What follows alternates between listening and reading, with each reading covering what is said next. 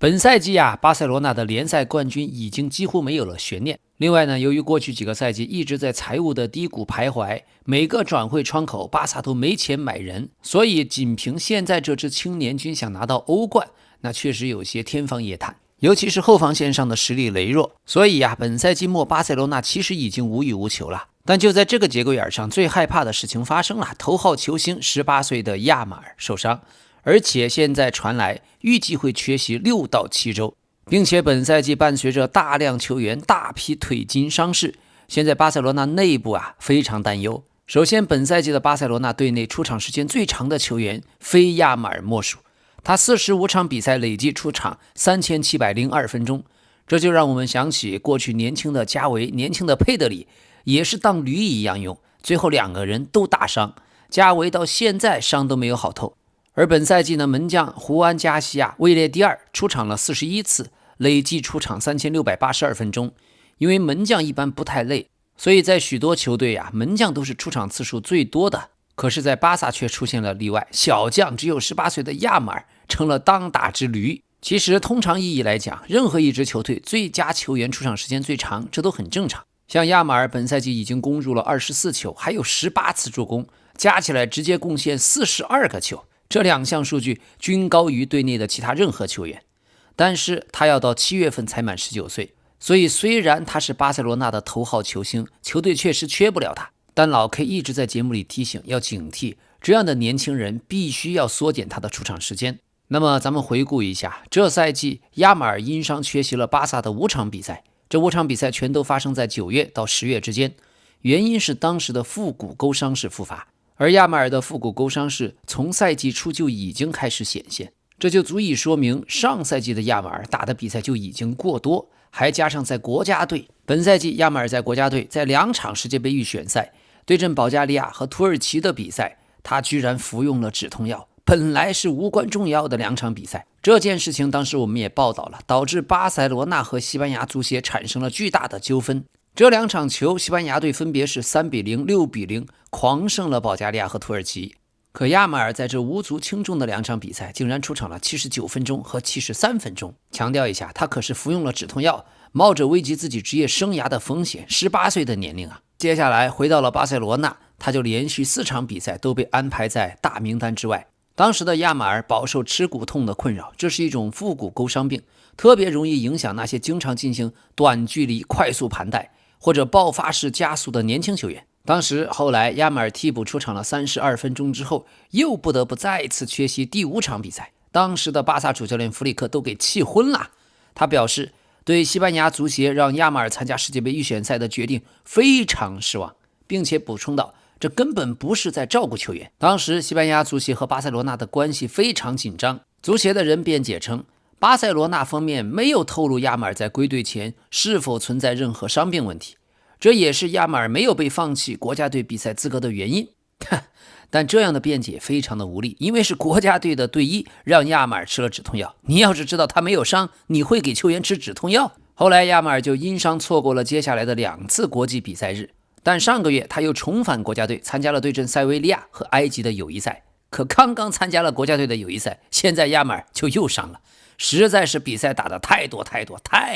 完全没有必要。在巴塞罗那，主教练弗里克一直坚持要求所有的球员都要坦诚沟通自己的身体状况，亚马尔也不例外。在处理伤病或者不舒服这方面巴塞罗那奉行的是零风险政策。可是小将亚马尔和所有球员一样，他又渴望参加每一场比赛，而且都想打满。本赛季他在多次被弗里克换下的时候都表达不满，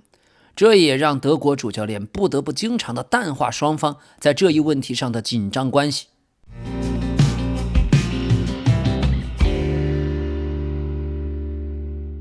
朋友们，最近这段时间咱们节目的流量和数据一直是欣欣向荣非常的感谢大家有心对老 K 的支持。喜欢节目，欢迎您订阅并点开小铃铛上的全部，这样就能第一时间收到咱们的视频。好，咱们继续。所以老 K 觉得这件事情就应该由父母、经纪人、主教练、俱乐部的总监一起讨论，跟亚马尔把道理说清楚。你毕竟只有17、18岁，从长远的角度来说，你还有15年甚至更长的职业生涯，所以每个赛季都应该对这样的巨星进行时间管理，控制他的上场时间。好，另一方面，本赛季非常多的巴塞罗那球员都出现了腿筋的受伤，弗里克也向自己的团队提出了问题，这是为什么？俱乐部内部人士现在给出的最直接答案是，巴塞罗那球队赛程密集，球员在足球的赛程中得到的休息时间越来越少。本赛季球员的腿筋问题确实困扰着巴塞罗那，呈现出明显的规律性。像拉菲尼亚、佩德里、德容，还有巴尔德、埃里克加西亚、莱万多夫斯基以及费兰托雷斯都遭遇了腿筋的伤病。去年11月，咱们还报道当时的巴塞罗那医疗和体能部门围绕这一问题产生了非常紧张的气氛，球员和工作人员之间就康复流程以及健身房的训练安排存在冲突，存在分歧。这样的紧张气氛在当时10月26日，本赛季首场国家德比对阵皇马前达到顶峰，因为拉菲尼亚的腿筋伤势再次出现反复。主教练弗里克接手巴萨以后，球队的职责有所调整，但也就是此后，球队就开始遭遇数起腿筋伤病，包括拉菲尼亚本赛季已经出现第3次腿筋的伤病。巴萨必须在下赛季开始前要解决这个问题，因为这个问题已经引起了巴萨球员们的担忧，也让主教练感到沮丧。而本赛季早些时候，巴塞罗那的教练组也放出一些消息，他们对主裁判在有些时候明显越位的情况下没有立即吹哨停止比赛感到很不满，因为这种已经明显越位却让比赛继续进行到进攻结束，这会迫使球员进行不必要的高强度对抗，从而带来更多的风险。可是老 K 觉得这一点就有点没必要。VAR 推出了之后到底什么时候是明显的越位，什么时候不明显，根本就看不出来。如果裁判提前响哨，最后发现VAR 回看没有越位，那不成了巨大的笑话，也会让本来已经很紧张的裁判和各俱乐部的关系变得更加紧张。现在咱们说回亚马尔，现在可以让西班牙国家队放心的是，亚马尔肯定不会错过世界杯，只是到时候状态如何未可知。目前看，亚马尔可以在世界杯上场，但是在他伤好之后，加入国家队集训营以后，国家队的教练组必须要评估他到时候的恢复情况。在世界杯开赛前，西班牙队还有2场友谊赛，6月4日将对阵伊拉克队，随后将前往墨西哥，6月8日对阵秘鲁队。目前看，亚马尔的伤势缺席7周，那么不得不错过这些国家队的热身赛。然后1周以后，西班牙队就在美国亚特兰大迎来世界杯首战，对手是福德角。在此之后，他们将分别于6月21日和6月26日迎战沙特阿拉伯和乌拉圭队。其实对世界杯的小组赛老 K 倒不担心，还不如让亚马尔好好休息透，把伤养透，因为西班牙队肯定可以轻松的晋级小组赛。所以国家队应该在必要的时候控制亚马尔的出场时间，毕竟世界杯的比赛赛程也非常的密集，进入淘汰赛之后还经常会打120分钟，还要罚点球。咱们亚马尔这次就是罚点球把自己给弄伤的。现在西班牙足协方面也出面对球员亚马尔进行了安抚，因为本赛季亚马尔剩下的重要目标就是世界杯，欧冠已经出局，联赛冠军基本到手，世界杯冠军成为他当前最重要的追求。如果能在18岁的年龄就拿到世界杯，而且是作为西班牙队的当家球星，这也能够让他比肩甚至隐隐然超过18岁就拿到了世界杯的姆巴佩。好，根据规定6月1日以前，西班牙足协会向国际足联提交26人大名单。如果没有突发情况，主教练还会优先选择一些核心球员进入名单，包括亚马尔、梅里诺等等。所以这届世界杯，西班牙队已经未雨绸缪，做好了细致精心的准备，目标就是夺取金光闪闪的大力神杯。而作为球队的当家球星，亚马尔的重要性肯定是西班牙队的关键因素之一。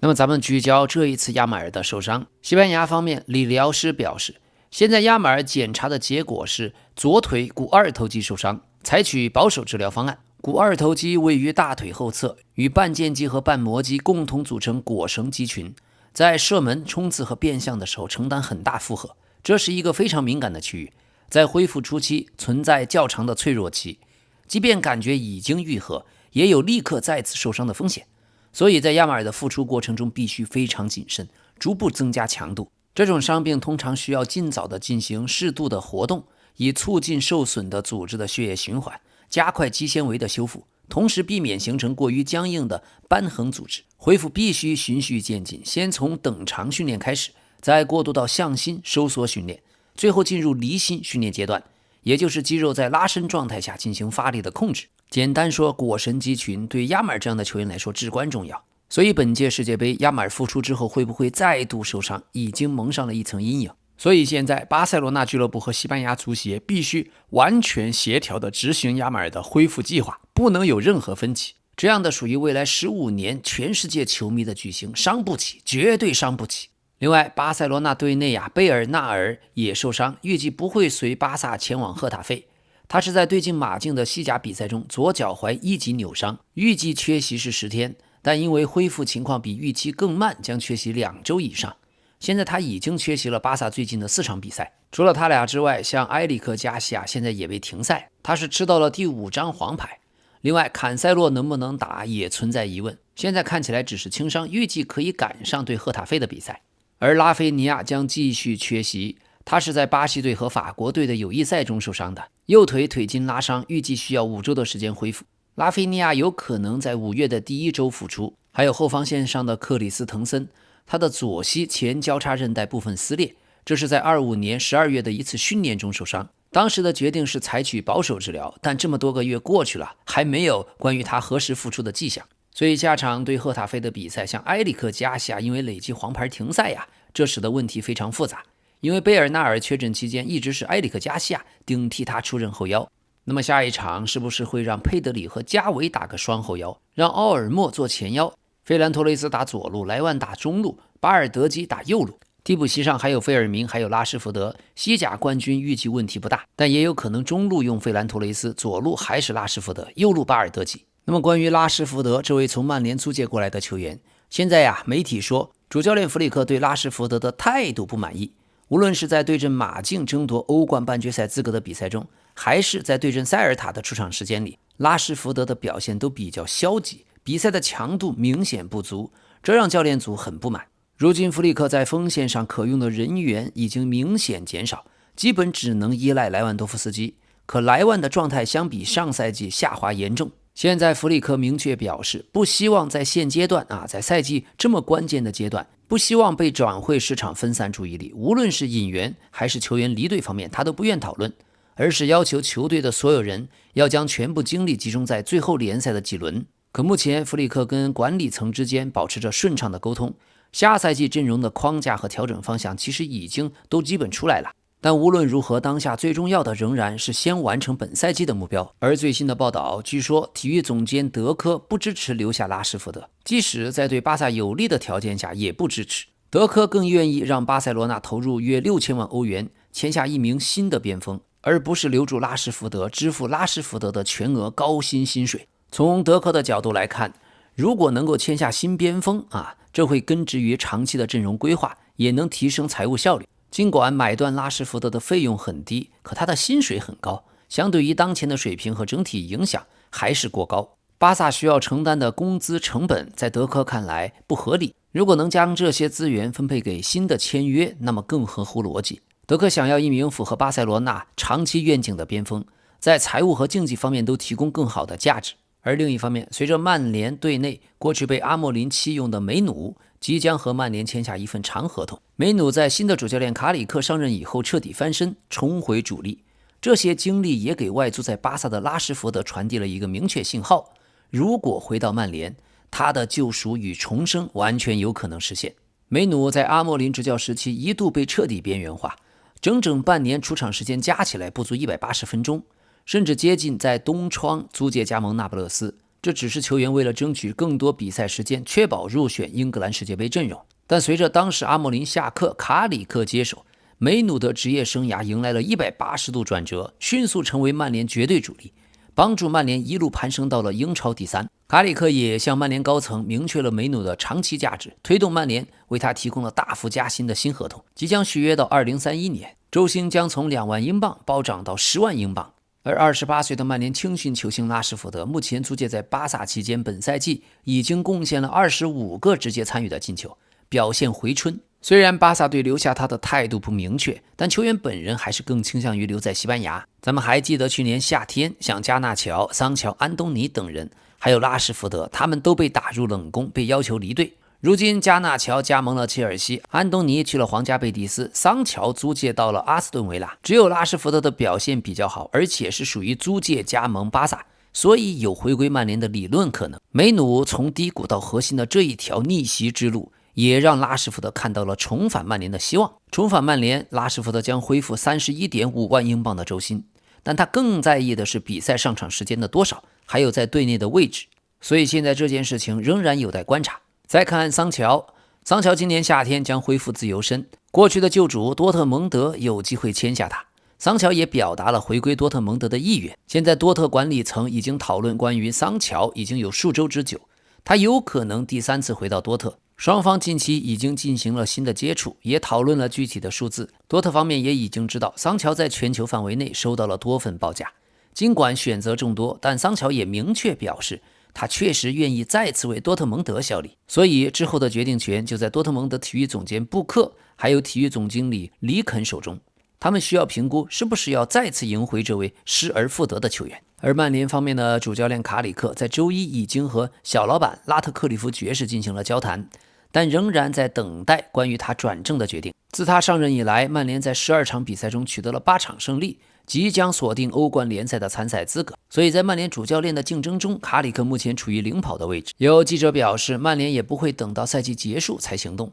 只要确认欧冠资格就会推进选帅。另外，如果图赫尔没有和英格兰国家队续约，曼联也可能会全力争取签下他。俱乐部会接触其他的候选人，展开全面而完整的筛选和评估。未来几周，曼联方面大概率就会有新的动向。曼联本打算尽早接触英格兰主帅图赫尔，确认他执教曼联的意愿，但图赫尔最终选择续签了英格兰队的新合同。另外，转会市场方面 ，AC 米兰的莱奥据说现在吸引了像曼联、曼城、利物浦和皇马的兴趣。据说这些俱乐部正在探讨夏天转会他的可能性，他有可能会以6000万英镑的价格离开 AC 米兰。但老 K 总觉得这个消息是球员的经纪人放出来的。就莱奥踢球这么懒，他能适应英超？还有像皇马主席老佛爷对球员的敬业精神要求也是极高的。好的，皇马方面，新星居莱尔刚刚表现正佳，这又确诊了他的右腿股二头肌肌肉拉伤，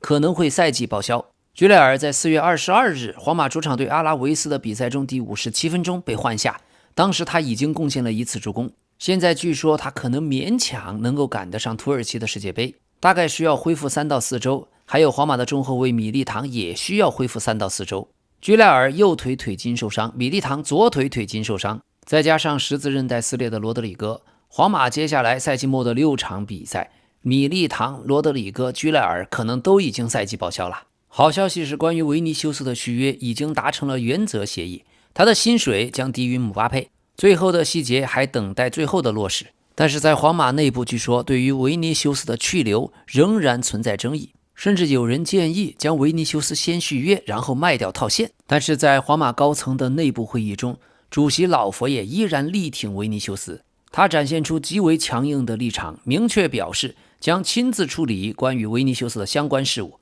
并重申了对球员的绝对信任。老佛爷和维尼修斯之间一直保持着非常良好的私人关系，在过去球员遭遇种族歧视、各种外界压力的时候，老佛爷总是公开声援，给他提供坚实后盾。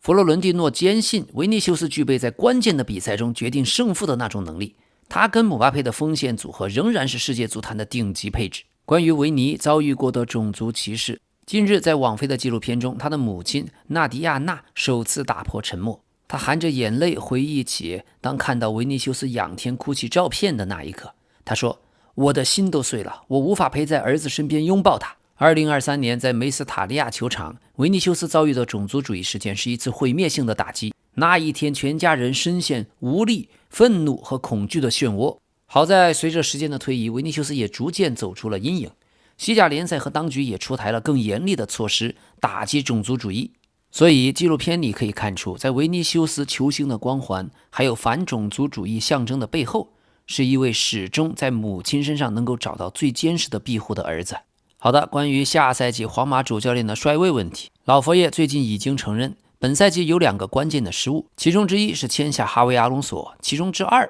是过早的让阿韦罗亚进入一线队。在青训使用方面，阿韦罗亚给一线队打开了青训通道，但这种做法并没有真正的说服老佛爷。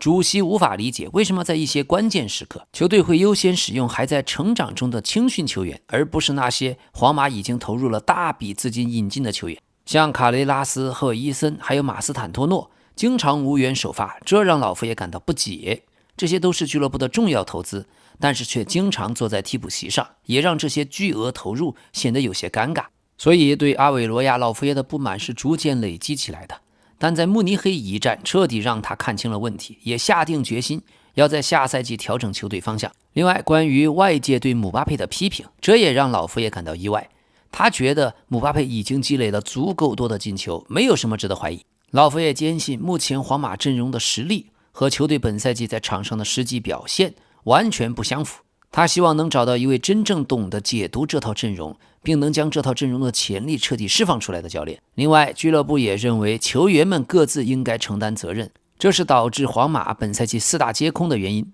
好的，最近关于楚阿梅尼已经确定成为曼联的目标，曼联的首要任务就是要引进一名明确的6号位球员，而楚阿梅尼的合同还有2年到期，球员倒是愿意考虑续约皇马。不过皇马方面也需要筹措资金来改造中场，所以如果不跟楚阿梅尼续约，那么球员本人对皇马的规划就会心存疑虑，不排除寻求离队的可能。目前尚不清楚皇马方面的态度是什么，是到底续约呢，还是让楚阿梅尼离开。而另外，曼联签下布莱顿中场巴莱巴的可能性仍然很高。在非洲杯期间，曼联考察了喀麦隆队，而巴莱巴的表现很出色，他的整体数据包括覆盖范围、控球能力和传球能力都非常符合曼联的要求。去年夏天，曼联曾打算出价7500万英镑，然而布莱顿的要价超过了1亿英镑。现在呢，曼联认为5000万英镑左右的转会费更为合理，但是布莱顿是否接受，这还有待观察。还有森林队的安德森，他全能的球风也是曼联中场引援的重点目标，